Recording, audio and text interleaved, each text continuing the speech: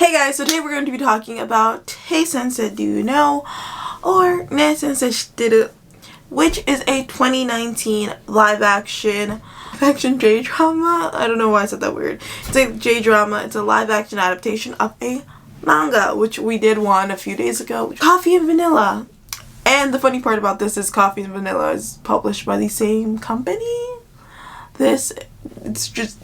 Yeah, so, and the way I found this was a YouTube suggestion, literally. It suggested me on this channel, and I thought, let's do this, let's watch this. This is actually, I watched it on the first day I was in Brazil, and I literally watched the whole thing in my first day in Brazil, because it's only 6 episodes, and it's only 6 episodes of 26 minutes, 24 to 26 minutes, so I went through it pretty fucking quickly. And I really enjoyed it, and I want to talk about it because I think that more people should watch this show. I don't ever hear this show being talked about. Again, it is a 2019 show, so I don't think it has time to have its cult classic yet, but it should totally get its cult classic. Of this, I keep trying to say anime. It's not anime, it's a live action. It is a love story. And it's new, I would say it's like new adult territory because they are both adults, but yeah, like I'm just gonna read the description that I have typed up in my notes because this show's hard to describe for some reason for me, but I will start with the description and I'll go on and say kind of my feelings. The show is a love story between a manga artist with no experience with romance and a popular charismatic beautician. I would say like, this was the description that was on, I think, Viki or Asian Winky when I looked it up.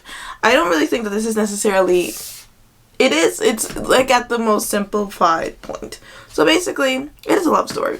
But also the main character is a mangaka, which I think that those stories are really interesting. Like for example, Erased has a mangaka as its main character.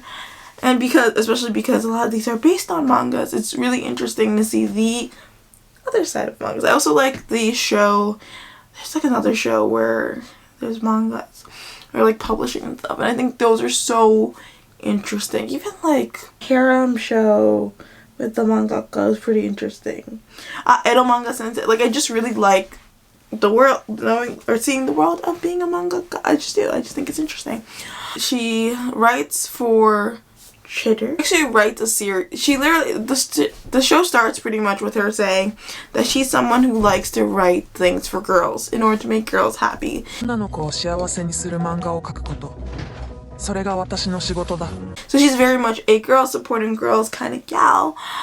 And it's more of like kind of that like Kimi to Todoke kind of story that she writes, or like even Hana Yori Dango, like that kind of stories. They're like love stories in high school, and that's kind of what she writes, which is ironic because she's never been in love or been in a relationship, and she is like I think 26 or 27. And so because of that, some of the issues that she has here is that she's never been in a relationship, and she's always really been work focused, and she's a workaholic. I love it so much. So we start the show pretty much with Hana.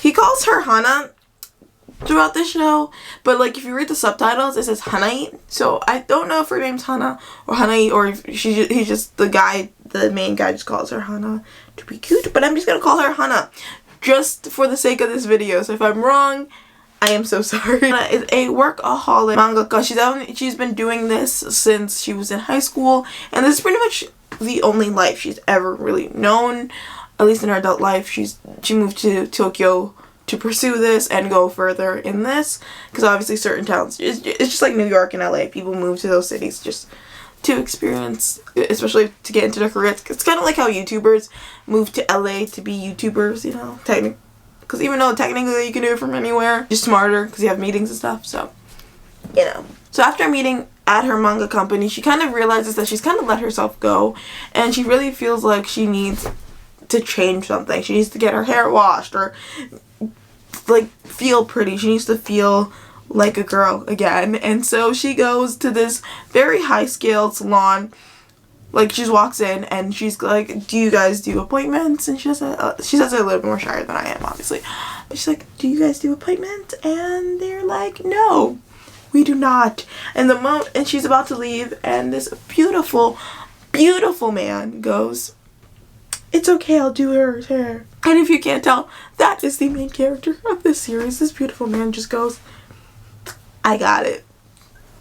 And then you find out, like, that he's also kind of a workaholic, and yeah, and you also find out that he's kind of a workaholic too. But I think the thing about him being the workaholic, because he is also a workaholic, is that because he is a beautician, he's a hairstylist, there's only really like certain hours you can really work. Even if it's like, let's say you do 12 hours, it's a lot more like in a box than hers is, where it's like sometimes if you're drawing or writing a story or doing things like that, it is like 24 hours you're constantly doing it. I mean, there's a few things that did bother me about this story. We're just gonna get into that.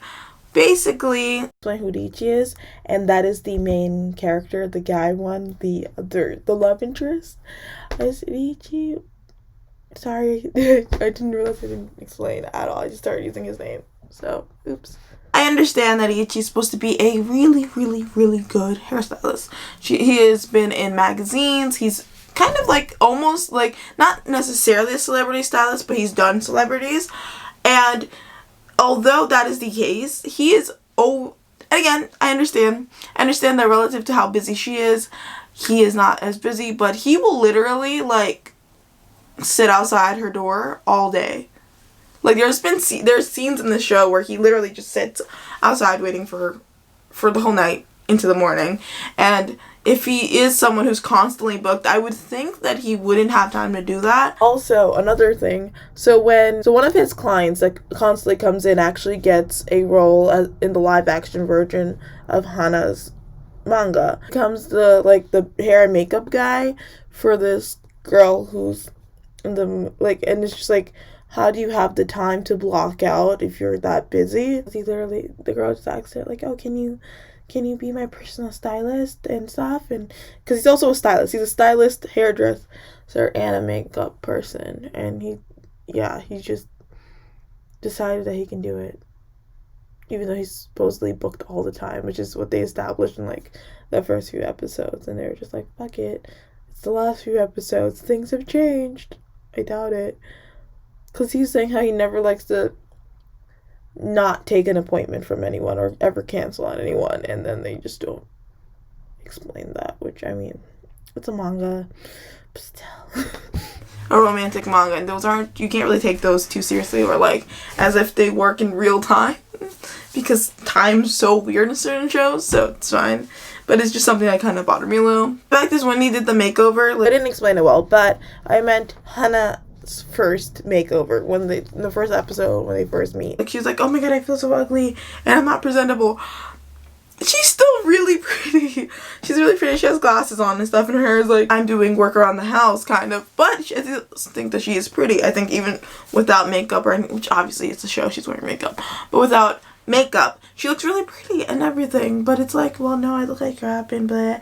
But I mean, here's the thing, the standard for Japan is a little different than America. Not as seen down upon to walk to like a 7-Eleven with no makeup in America, but like versus Japan, things like that are really like, you need to look acceptable for other people. It's cultural, so that may also be it, and that's okay. Let's talk about pacing, because pacing can be really important to a show, whether it's good or bad. So I like the pacing. I think this pacing was, for something that's only 6 episodes, it did incredibly well, and it didn't really put anything that, at least I would think, you don't really give a shit about. I mean, actually no, we had one really random little bit of storyline that I didn't care about, but for the most part I really did care about all the storylines. I liked it. I was like so into it, and so I really enjoyed the pacing. I think the pacing was pretty good for, like I said, a 6-episode series, and I kind of wish there was more episodes, to be honest.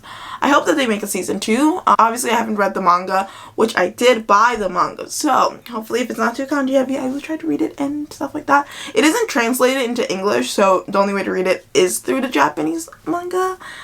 If I do get through the first volume, we'll talk about it, because I did order it, so you will see. It's also, I wanted to know more about the guy, because Hana is more the main character than Ichi is, and I want to know more about Ichi, because yes, I mean, I guess it's more because he's a hairstylist and people, they think that like we wouldn't really care as much because like all you do all day is cut hair, but like I want to know more about this man. I want to know more.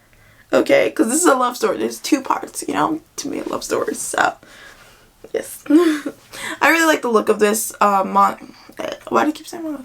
I really like the look of the way that they edited this and filmed. I don't know if it's filmed. It might just be the editing of this, just the look of this show. It very much is very manga-esque, which I think it's like, I know some people don't like it when it looks like it's a manga or whatever, but I like it a lot. I think it works for this. Again, it's something you can't necessarily take seriously because things don't always work like this in real life.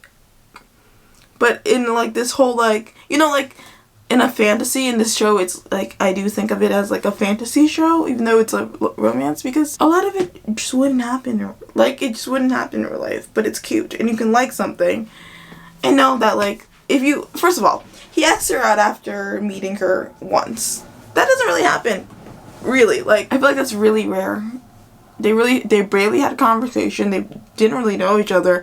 There was a chance that they were never going to meet again. So him asking her out, again, starts this fantasy. Also, it's the fact that you want someone who would like you or love you more than you love them. That is the ultimate goal, especially for, I think, for women, because those are the relationships that work the best, when the man loves the woman more than the woman loves the man. So yeah, it's like the perfect, like, this story is written, I assume, as the perfect relationship to someone who is a hardworking mangaka, because obviously a mangaka wrote about a mangaka. So yeah. Also, let's talk about the ending. They do have sex. She's a virgin.